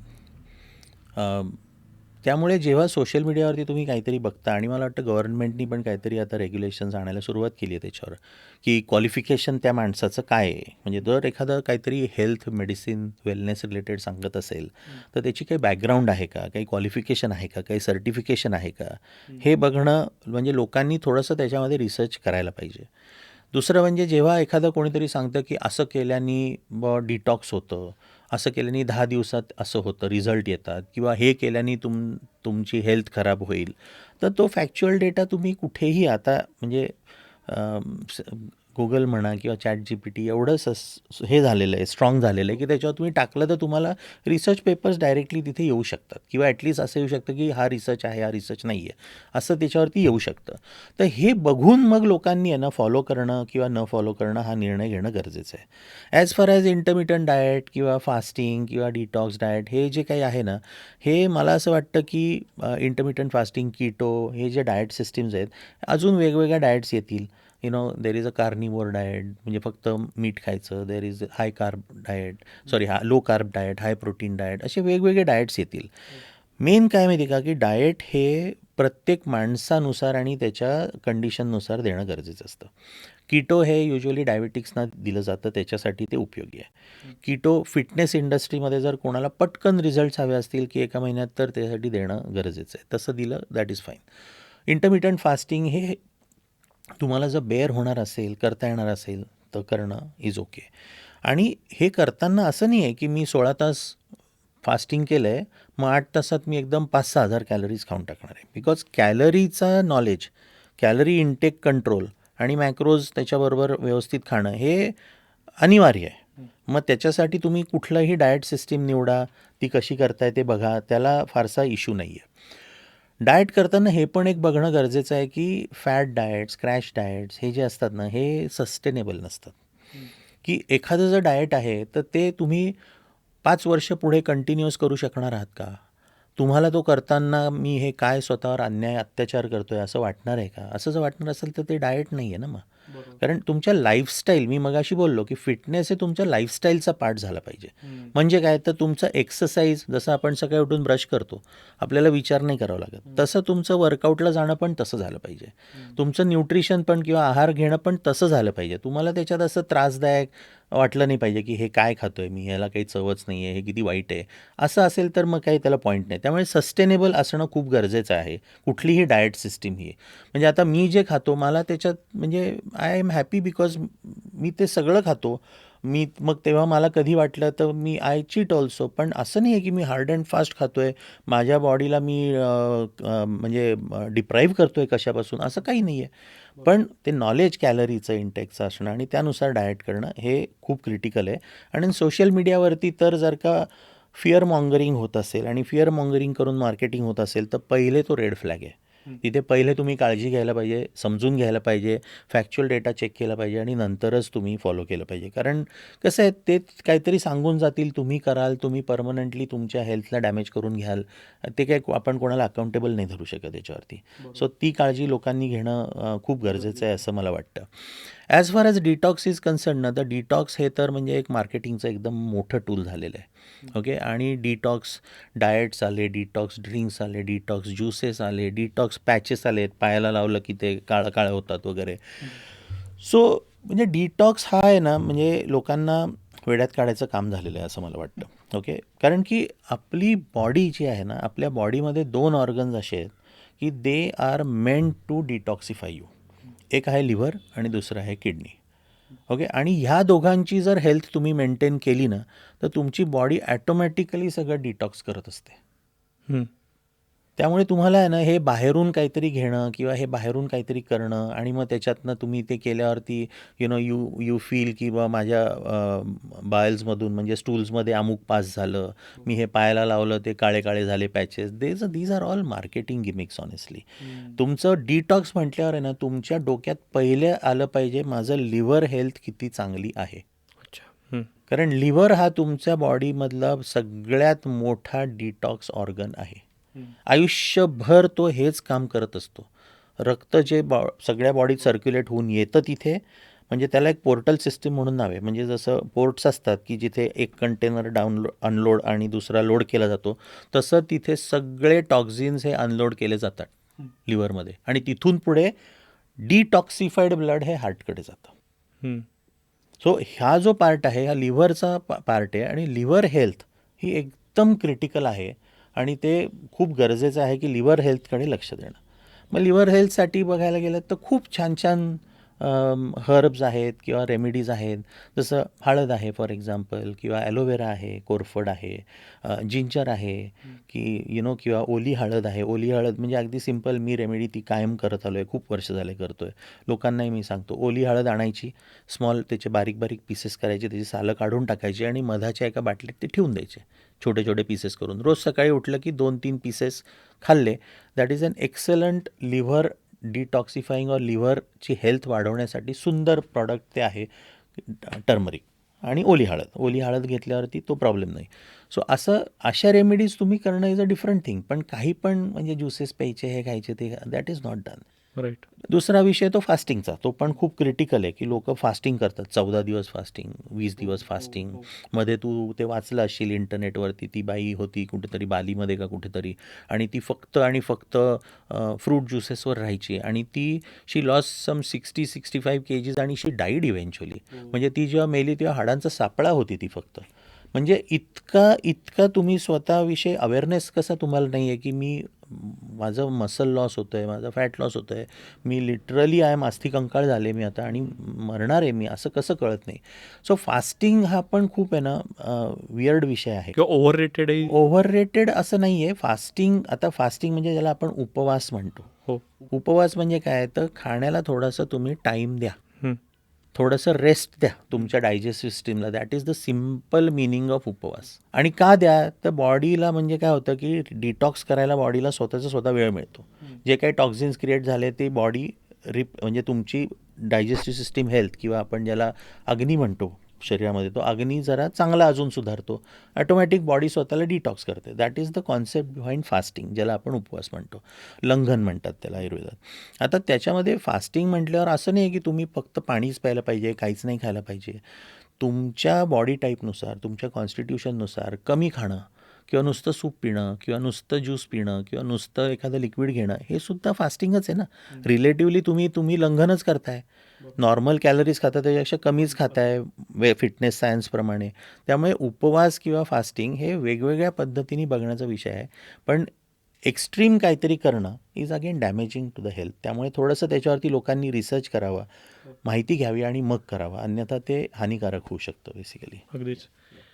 एक आता असा प्रश्न पडतो की जे सुशिक्षित लोक आहेत, इंटेलिजंट आहेत, ज्यांचं लॉजिकल थिंकिंग एकदम उत्तम आहे, IT, बँकिंग, फार्मा अशा मोठ्या मोठ्या क्षेत्रांमध्ये काम करत आहेत, पण असेही लोक बऱ्याचदा आरोग्याच्या बाबतीत, तंदुरुस्तीच्या बाबतीत त्यांचे जे काही निर्णय आहेत ते चुकताना दिसतात, हेळसाण होताना दिसते तब्येतीची. ह्याचं रूट कॉज काय दिसतं तुम्हाला? तू म्हणाला तसंच आहे की ह्या लोकांना नॉलेज सगळं आहे, माहिती सगळी आहे. बरं, नसेल तरी माहिती अवेलेबल पण आहे. म्हणजे इंस्टाग्राम आहे, गुगल आहे, ChatGPT आहे, सगळं अवेलेबल आहे. मग असं असताना पण वाय दे आर अनहेल्दी? तर नॉलेज आहे पण एक्झिक्युशन नाही ना. म्हणजे कळते पण वळत नाही म्हणतात तसा तो प्रकार आहे की ते तिथे ते कुठेतरी येऊन अडकतं आहे की कळतंय सगळं पण करूया, होईल, करून टाकू आपण, नंतर करू, 2 महिन्यांनी करू, 1 महिन्यांनी करू. हे जे आहे प्रोक्रॅस्टिनेशन एक पार्ट. आणि प्रायोरिटायझेशन न करणं हा एक पार्ट आहे. आता ह्याच्यामध्ये काय होतं की ह्या लोकांना एक गोष्ट कळत नाही की success in their career does not mean success in their health. ह्या दोन वेगळ्या गोष्टी आहेत. बिझनेसमध्ये तुम्ही गोष्टी डेलिगेट करू शकता रे, हे कर रे, ते कर. इथे नाही ना करू शकत. इथे तुम्हालाच यायचं आहे, तुम्हालाच मेहनत घ्यायची आहे, तुम्हालाच करायचं आहे. हे लोक विसरून जातात काही अंशी. आणि मला हा पटतच नाही की स्वतःसाठी तुम्ही 30-35-40 मिनटं काढू शकत नाही. ओके, हे पॉसिबलच नाही आहे. म्हणजे आज जर आपले पंतप्रधान इतका वेळ काम करून जर रोज योग करू शकत असतील 40, ती त्यांची फिटनेसची ते आहे, पण करतायत ना. सो तो माणूस जर करू शकतो किंवा अजून जगातले जे काही आहेत, म्हणजे आता आपण मॅक्रॉन पण इथे आला होता, तो रनिंगला गेला होता, ते करू शकतात, तर आपण तर किस झाडकी पत्ती होतो. म्हणजे आपण जर आपल्यासाठी 40 मिनटं काढू शकत नसलो तर that is sheer ignorance and not giving importance to our body. एवढंच त्याच्यामागे कारण असू शकतं, दुसरं काहीच नाही. म्हणजे मी आयुर्वेदिक डॉक्टर आहे. Okay, Ayurveda believes in prevention. Okay, म्हणजे स्वास्थ्यस्य स्वास्थ्य रक्षणम असं त्याचं ध्येय आहे की स्वस्थ माणसाचं स्वास्थ्य टिकून ठेवणं हे आहे. आणि आतुरस्य परिमोक्षा, म्हणजे आतुर जो काय आहे, जो डिसीज आहे, त्याला ट्रीटमेंट द्या, असं त्याचं. पण मेन ऑब्जेक्टिव्ह काय आहे? प्रिव्हेंटिव्ह आहे. फिटनेस पण प्रिव्हेंटिव्ह का नाही बघत आपण? खरं. सो प्रिव्हेंटिव्ह मेडिसिनमध्ये फिटनेस आलं पाहिजे. प्रिव्हेंटिव्ह मेडिसिन म्हणून फिटनेसकडे बघायला पाहिजे, ना की आता मला कोलेस्ट्रॉल आलेलं आहे तर आता मला कोलेस्ट्रॉल कमी करण्यासाठी मी फिटनेस करतो. आता माझं वजन वाढलं आहे, आता मी माझं वजन कमी करण्यासाठी मी जिमला जातो. No, it has to be looked upon as preventative health care modality. म्हणजे डॉक्टर तुमची तळमळ जाणवते तुमच्या बोलण्यातनं, आणि मला असं वाटतं की आपल्या अनेक प्रेक्षकही यातनं नक्की प्रेरणा घेतील. तर अशी प्रेरणा घेतली एखाद्याने अनेक जण घेतील, आणि 40-45 हे शहाणपणाचं तुमच्याकडनं मिळालं आहे. तर मग पुढच्या महिन्याभरात 2 महिन्यात अशा कुठल्या 5-6 शहाणपणाच्या गोष्टी ज्या सुरू केल्या पाहिजेत त्या दिशेने जायला? सो सगळ्यात पहिलं जे आहे ना, म्हणजे मी 5-6 गोष्टी असं नेहमी सांगतो बेसिकली काय काय करायला पाहिजे. कारण सगळ्यात पहिले हे तर आहे की हे जेव्हा तुम्ही ठरवता ना, तर रिअलिस्टिक गोल सेट करा. ओके, म्हणजे डायरेक्ट तुम्ही 20 ओव्हरच्या मॅचला उतरलायत आणि 300 रन करायचे आहेत असं केलं ना तर 100मध्ये ऑल आउट होणार आहात तुम्ही. सो ते करू नका. ओके, तुम्ही आपली परिस्थिती काय बघा, पिच मॅप बघा, त्यानुसार ही 150ची विकेट आहे, आपण त्यानुसार करूया. म्हणजे टार्गेट तुम्ही रिअलिस्टिक सेट करा. That is the first thing. म्हणजे तुम्हाला डिसअपॉइंटमेंट होणार नाही. वजन बघू नका.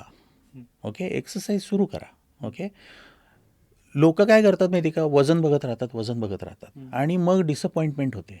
सो माझं म्हणणं आहे की असं ट्रॅकिंग नका करू, अचिव्हमेंट ट्रॅकिंग करा. की मला एक पण जोर मारता यायचा नाही, मी 5 जोर मारता यायला लागले. मला एक पण पुलअप करता यायचा नाही, मी 5 पुलअप करता यायला लागलो. ओके, मला 5 किलोच्या डंबेलनी वर्कआउट पण डिफिकल्ट जायचं, आता मी 15 किलोनी करतोय. That is also an achievement ना. बरोबर. तुम्हाला ट्रेडमिलवरती 15 मिनटं पळल्यानंतर किंवा 5 मिनटं पळल्यानंतर दम लागायचा, आता 15 मिनटं पळू शकताय. That is also achievement. Okay, तुमचे हात अंगठ्याला लागायचे नाहीत पायाच्या, ते लागायला लागले. That is also achievement. End of the day fitness म्हणजे काय? स्ट्रेंथ आहे, कार्डिओव्हॅस्क्युलर एंड्युरन्स आहे आणि फ्लेक्सिबिलिटी आहे. सो असे जरी चेंजेस दिसत असतील तरी दोज आर पॉझिटिव्ह चेंजेस, हे लक्षात ठेवा. आणि ते ट्रॅकिंग तुम्ही करा. हा पहिला पार्ट आहे. मग येतो प्रश्न की काय करायला पाहिजे, तर 3 डेज मिनिमम स्ट्रेंथ ट्रेनिंग हे केलंच पाहिजे 40च्या वरच्या लोकांनी. 8 to 10,000 स्टेप्स या चालल्याच पाहिजेत 40च्या लोकांनी. मूव्हमेंट ही केलीच पाहिजे. कारण मगाशी मी जे व्यायामाचं डेफिनेशन दिलं त्याच्यावरून क्लिअर आहे की एक्सरसाइज म्हणजे मूव्हमेंट आहे. बरोबर. स्नायूंची हालचाल करणे, एक्स्ट्रीमिटीची हालचाल करणे इज व्हॉट इज व्यायाम.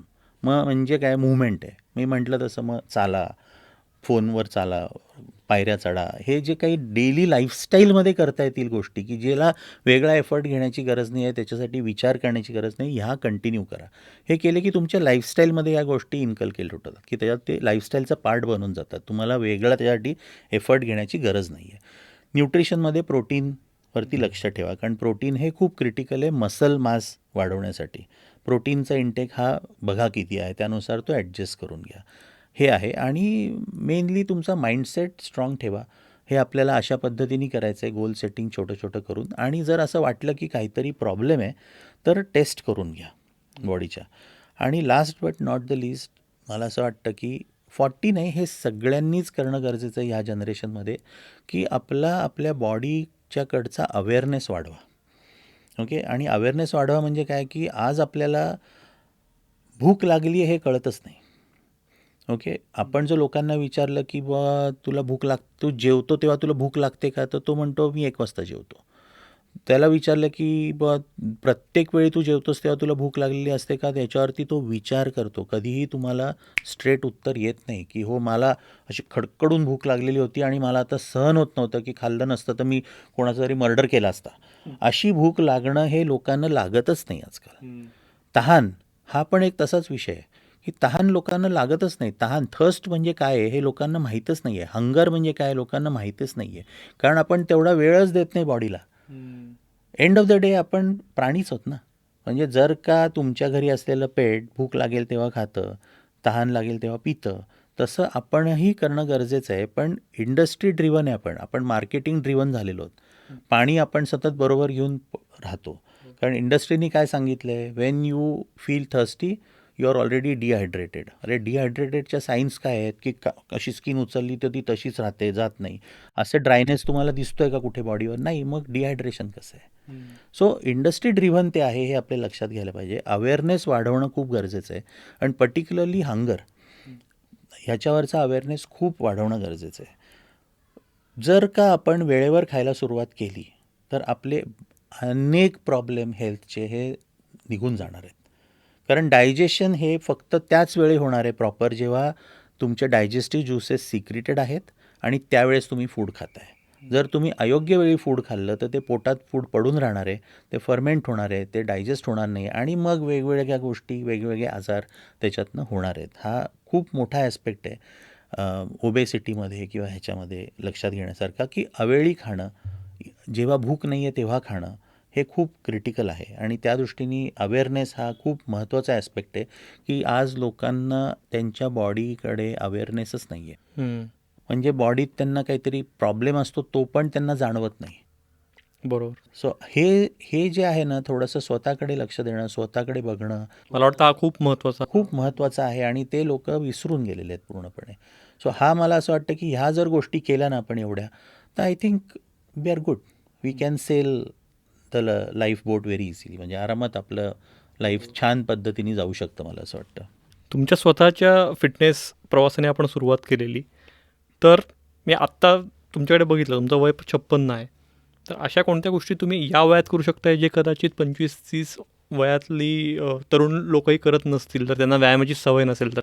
सो मी असं जनरलाइज नाही करणार, पण मला असं वाटतं की आज मी माझ्या जिमला येणाऱ्या यंग मुलांपैकी की जे चांगली वजनं उचलतात, ओके, नवीन येणाऱ्या लोकांचं तर मी बोलत नाही कारण की ते स्टार्टिंगलाच असतात, पण जे चांगली वजनं उचलत आहेत, चांगलं खूप दिवस झाले व्यायाम करत आहेत, तर त्यातल्या मी 70-80% लोकांबरोबर मी त्यांच्या तोडीस तोड वर्कआउट करू शकीन किंवा त्यांच्यापेक्षा चांगला मी वर्कआउट करू शकीन असं मला वाटतं.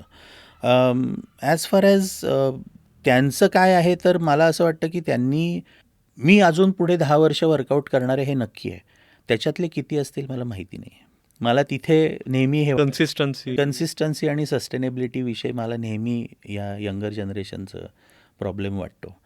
ह्यांचं काय माहिती आहे का, की ते धुरंधरमधला डायलॉग आहे ना, की काय बरं तो घायल हो इसलिए घातक हो. ओके, तर ते घायल असतात, हार्ट ब्रेक झाला, ओके, काहीतरी प्रॉब्लेम झाला म्हणून ते जिमला येतात, पण ते घातक नसतात. ते मुलगी मिळाली की विसरून जातात जिम, असा प्रकार येतो. सो तो थोडासा घायल असणं ठीक आहे, घातक असणं पण ठीक आहे, पण पुढे जे त्यांनी म्हटलं आहे की हौसले का इंधन आणि काय रिव्हेंज मिळणं. So you should have that consistency to take you through the entire life. म्हणजे पूर्ण लाईफ तुम्हाला ते जे घायल होतात तुम्ही, जे मोटिवेशन होतं, ते मोटिवेशन कन्सिस्टन्सीमध्ये बदलायला आलं पाहिजे ते लाईफमध्ये आणि ते करत राहायला पाहिजे. कारण रोज नाही वाटत अरे जिमला जावं असं. मला कित्येक दिवस असं असतं की बोर होतं, नको जायला, काही नको करायला होतं. मी मिस पण करतो, कंटाळा येतो, पण एकदा सोडलं, 2दा सोडलं, 3दा सोडलं की मग तो डिफिकल्ट व्हायला लागतो. त्यामुळे एखादा दिवस न जाणं इज फाईन, पण कन्सिस्टंटली ब्रेक व्हायला लागला की तुम्ही गेलात. मग मी मेंबर्सना आमच्या सांगतो, तुम्हाला जिमला नसेल यायचं ना, नका येऊ. वर्कआउट नाही ना करायचा, नका करू. नुसते या जिमला, तुमच्या फ्रेंड्सला भेटा, गप्पा मारा, घरी जा. जिमच्या एन्व्हायरमेंटमध्ये या, म्हणजे तुम्हाला मेंटली असं वाटत नाही जिम मिस केलं आहे. ते खूप क्रिटिकल आहे की तुम्ही कन्सिस्टन्सी ठेवणं, त्या एन्व्हायरमेंटमध्ये येणं हे खूप गरजेचं आहे. त्यांनी तुम्हाला खूप चांगलं फिलिंग राहतं आणि तुम्ही कन्सिस्टंट राहता. Consistency is the critical aspect. आणि मला वाटतं ह्या मुलांमध्ये ते कितपत होईल, कारण मी जे बघतो ज्या पद्धतीने व्यायाम करतात खूप मुलं, सस्टेनेबल नाही आहे. म्हणजे हा एक खूप मोठा चॅलेंज मला वाटतो की लाँग टर्म विचार नाही करत आहेत ते. इंजुरीज खूप करून घेत आहेत कॉन्स्टंटली, आणि या इंजुरी कुठे ना कुठे लाईफमध्ये नंतर त्रास देतात असं मला वाटतं. खूप महत्त्वाचा तुम्ही मुद्दा म्हणलात आत्ता. एकच फायनल शेवटचा प्रश्न, की आपण आनंदच्या डायलॉगनी सुरुवात केली, जिंदगी बडी होनी चाहिए लंबी नाही. तर आपलं आयुष्य ही बडी जिंदगी होती आहे का ती लंबी आपण खेचतोय नुसती? आपण खेचतोय. So we are adding years to our life. Okay, we are not adding life to our years. So we have to add the life into our years. म्हणजे थोडक्यात आपण जे जगतोय ते भरभरून जगतोय हे फिलिंग आलं पाहिजे. हे आलं पाहिजे. आणि त्याच्यासाठी मला असं वाटतं ना की लाईफ एन्जॉय करायला शिकणं पाहिजे. Okay, enjoy everything. जे काही तुम्ही एक्सरसाइज करत असाल एन्जॉय करा. डान्स करताय, वॉकिंग करताय, जे काय करताय एन्जॉय करा. फूड एन्जॉय करा. काहीतरी एक छंद जोपासा. खूप क्रिटिकल आहे. मी विसरून गेलो होतो माझ्या कामाच्या ह्याच्यात. मी खूप वर्ष विसरून गेलो होतो की मी पेंटिंग करतो. ओके, मी परत चालू केलं. आता म्हणजे माय वाईफ शी इज म्हणजे ती पॉटरी पण करते, ती जेल आर्ट पण करते. मी तिच्याकडनं शिकतो काय काय, करत राहायचं. स्ट्रेस रिलीफ होतो. काही नाही तर मला व्हील पॉटरी करायला खूप आवडतं. व्हीलवर बसलं की मी सगळं विसरतो. सो असं काहीतरी तुमच्या आयुष्यात काहीतरी पाहिजे रुटीनपेक्षा बाहेर थोडं पडण्यासाठी. सो ते खूप क्रिटिकल आहे. आणि आय थिंक हे जर असेल ना तर देन लंबी जिंदगी आहे, मग बडी जिंदगी आहे असं मला वाटतं. लंबी बी और बडी बी. म्हणजे हे केलं तर लंबी होईल, आणि ह्या ज्या गोष्टी तुम्ही केल्यात, आनंद घ्यायला सुरुवात केली, ट्रॅव्हल करा, एक्सपिरियन्सेस घ्या, देन इट विल बी बडी. म्हणजे मला असं नक्की वाटतं. वा, मनापासून थँक्स. खूप सारे टेकअवेज आम्हाला मिळाले. मला खात्री आपल्या सगळ्या प्रेक्षकांनाही मिळाले असतील. म्हणजे जिमविषयीच्या ज्या काही ढोबळ मनात समजुती होत्या त्या नक्की दूर झाल्या. स्ट्रेंथ ट्रेनिंगविषयी खूप चांगली माहिती तुम्ही दिलीत. आणि फिटनेस नाही तर वेलनेसकडे कसं बघितलं पाहिजे, होलिस्टिक वेलनेस हा ॲप्रोच कसा पाहिजे याविषयी पण तुम्ही सांगितलं. तुम्ही आलात वेळात वेळ काढून, तुमचे मनापासून आभार. Thank you so much. आणि म्हणजे काही प्रश्न असतील तरी मला पाठव. मी नक्की त्याच्यावरती काहीतरी तुला सांगेन की तू पुढे कधीतरी लोकांना उत्तर देऊ शकू आपण, कारण तुझ्या हँडलवरती येतील ते. नक्कीच. आपण सगळ्या आपल्या प्रेक्षकांना तेच अपील करू की तुमच्या मनात काही प्रश्न शंका जर आल्या असतील, जे येणं साहजिक आहे, आम्हाला नक्की विचारा. आम्ही डॉक्टरांशी बोलून किंवा स्वतः डॉक्टरही त्यांची टीम त्याला रिस्पॉन्ड करायचा नक्की प्रयत्न करेल. आमचा नेहमीचा अनुभव आहे की डॉक्टर मनीष पटवर्धन यांच्यासारखे जेव्हा एवढे एक्सपिरियन्स्ड कोणी तज्ज्ञ आपल्याकडे येतात, पाहुणे येतात, तेव्हा अनेक प्रश्न असतात की त्यांच्याशी संपर्क कसा साधायचा, त्यांना ॲप्रोच कसं व्हायचं, सल्ला कसा घ्यायचा. तर त्यामुळेच आपण या एपिसोडच्या डिस्क्रिप्शनमध्ये त्यांचे कॉन्टॅक्ट डिटेल्स हे देतो आहे. तर तिथे जाऊन तुम्ही त्यांचा नंबर असेल किंवा वेबसाईट असेल त्याला भेट देऊन तुम्ही नक्की त्यांना ॲप्रोच होऊ शकता. भेटूया पुढच्या गुरुवारी अशाच आणखी एखाद्या महत्त्वाच्या इंटरेस्टिंग विषयावर आणि इंटरेस्टिंग गेस्टसोबत गप्पा मारायला. बघत राहा आणि ऐकतही राहा देहभान पॉडकास्ट.